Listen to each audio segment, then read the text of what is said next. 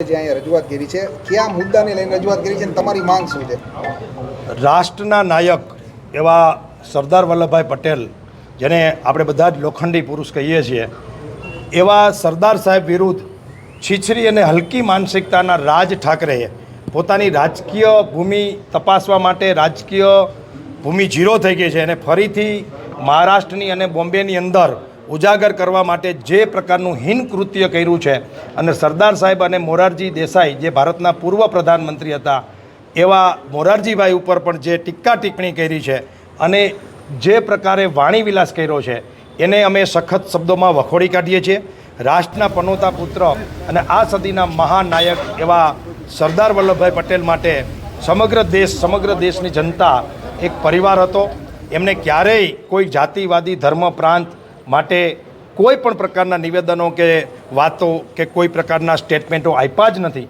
આમ છતાં રાજ ઠાકરે જેવા બે કોડીના નેતા પોતાની રાજકીય ભૂમિ તલાશવા માટે જ્યારે સરદાર પટેલ સાહેબનું અપમાન કરે અને એવા સમયે ગુજરાત સહિત આખાએ દેશની જનતા એમને વખોડી કાઢે છે.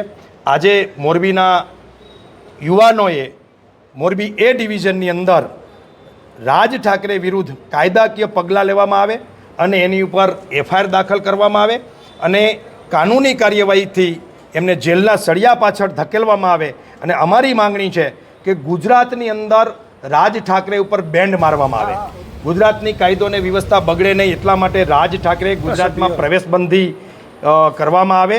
સાથે સાથે રાજ ઠાકરે ઉપર રાજદ્રોહ અને દેશદ્રોહ જેવા કેસ પણ દાખલ કરવામાં આવે, જેથી કરીને આવતા દિવસોમાં રાષ્ટ્રના જે નાયકો છે, જે રાષ્ટ્રના ઘડવૈયાઓ છે, એના ઉપર કોઈ પણ માણસ ક્યારેય ટીકા ટિપ્પણી કરવાનો પ્રયત્ન ન કરે, એવી માંગણી આજે અમે મોરબી એ ડિવિઝનમાં મૂકી છે. તમે એક માફી માંગવાની વાત પણ તમારા પત્રમાં લખેલી છે, અને જો પોલીસ ફરિયાદ દાખલ ન થઈને માફી ન માંગે તો શું?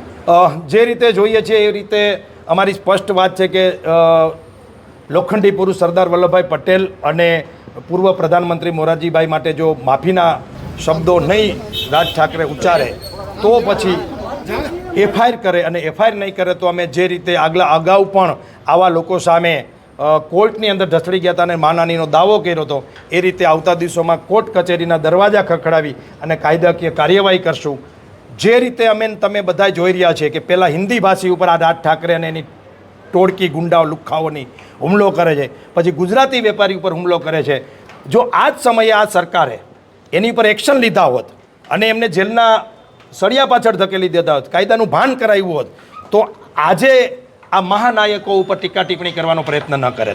આ મહાનાયકો ઉપર ટીકા ટિપ્પણી કરી છે, જો આમાંથી પણ નહીં રોકીએ તો એ વધુ ઉગ્રતાથી બહાર આવશે અને દેશને નુકસાન થશે, રાષ્ટ્રની અખંડતાને નુકસાન થશે.